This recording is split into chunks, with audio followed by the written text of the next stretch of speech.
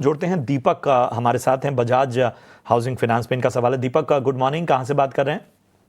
Sir मैं भिंड मध्य प्रदेश से बात कर रहा हूँ। जी पूछिए, किस भाव पे लिया आपने बजाज हाउसिंग? सर मैंने 11180 पे लिया है, 100 शेयर है, तो इसमें अपन 5 साल या 6 साल का टाइम दे सकते हैं, कितना क्या रहेगा? ठीक है, बजाज हाउसिंग को 4 से 5 साल देना चाहते हैं, लंबी अवधि का नजरिया है। मैं एक बार फिर से बता दूं, बजाज हाउसिंग फाइनेंस की यहां पर बात हो रही है।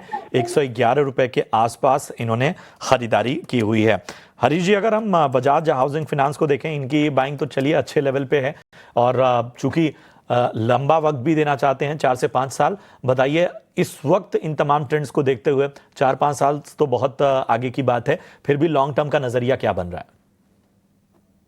बिल्कुल प्रशांत जी, अगर पहले चीज है कि ये स्टॉक जो है रिसेंटली लिस्टिंग हुआ था, उसके बाद हम लोग देखते हैं तो वहां से लगातार डाउन ट्रेंड देखने मिला। ऑलमोस्ट लिस्टिंग के टाइम पे हाई बनाया था 188 का, वहां से स्टॉक प्राइस 106 तक आ चुका था। तो वहां से थोड़ा बहुत रिकवरी देखने मिल रहा है। जिस तरीके से इनका अप्रोच है एक लॉन्ग टर्म के लिए, तो थोड़ा मैं यहाँ पे अभी फिलहाल के लिए लॉन्ग टर्म अप्रोच बोलना थोड़ा मुश्किल है, क्योंकि जिसका जो डेटा है टेक्निकली थोड़ा छोटा है, छोटा रेंज का डेटा है। तो अगर शॉर्ट टर्म की बात करते हैं, मुझे लग रहा है कि यहाँ पे एक छोटा सा बेस बन चुका है, 106 के आसपास इंडिकेशन दे रहा है। तो जब तक इसके ऊपर टिका हुआ है, मुझे लग रहा है कि 126 का एक इमीडिएट रेजिस्टेंस है, उसके ऊपर निकलता है तो 145 150 लेवल्स देखने मिल सकते हैं। लेकिन मुझे लग रहा है कि अभी लॉन्ग टर्म पर्सपेक्टिव के इनका अप्रोच है, तो मुझे लग रहा है कि इनको फंडामेंटली ट्रैक करना चाहिए और थोड़ा वेट करना चाहिए स्टॉक में, तब भी जाके इसमें फिर से एक बार इन्वेस्ट कर सकते हैं। तो फिलहाल के लिए मुझे लग रहा है कि स्टॉक में शॉर्ट टर्म के लिए प्रोस्पेक्टिव से बता रहा हूँ, तो उसके हिसाब से 125 के आसपास रेजिस्टेंस है, उसके ऊपर 140 150 लेवल देखने मिल सकते हैं बजाज फाइनेंस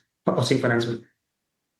हाउसिंग फाइनेंस पर यह रणनीति आपको यहां पर मिलती हुई। चलिए, इन सब के बीच में आप बढ़ते हैं आगे और लेकर आते हैं आपके लिए ऑप्शंस के चैंपियन।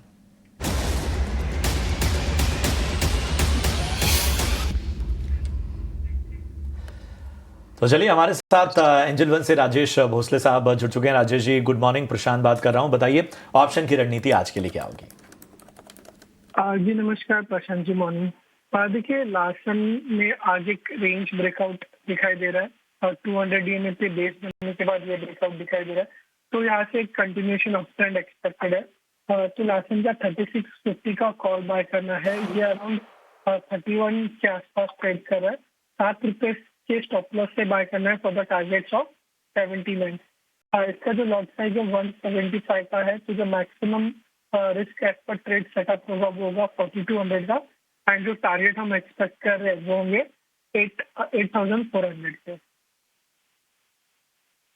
इनकी रणनीति। शुक्रिया करेंगे राजेश जी आपका इस अहम स्ट्रेटजी के लिए।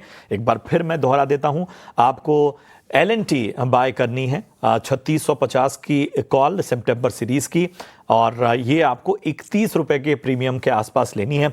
स्टॉप लॉस 7 रुपए का लगाना है, और यहां पर लक्ष्य जो है वो 79 यानी 79 रुपए के लग सकते हैं। अगर लॉट साइज की बात करें तो उस हिसाब से मैक्सिमम रिस्क जो है वो यहां पर 4200 तक का नजर आ सकता है, और जो नुकसान है वो 84, जो प्रॉफिटेबिलिटी है वो 8400 तक की नजर आ सकती है।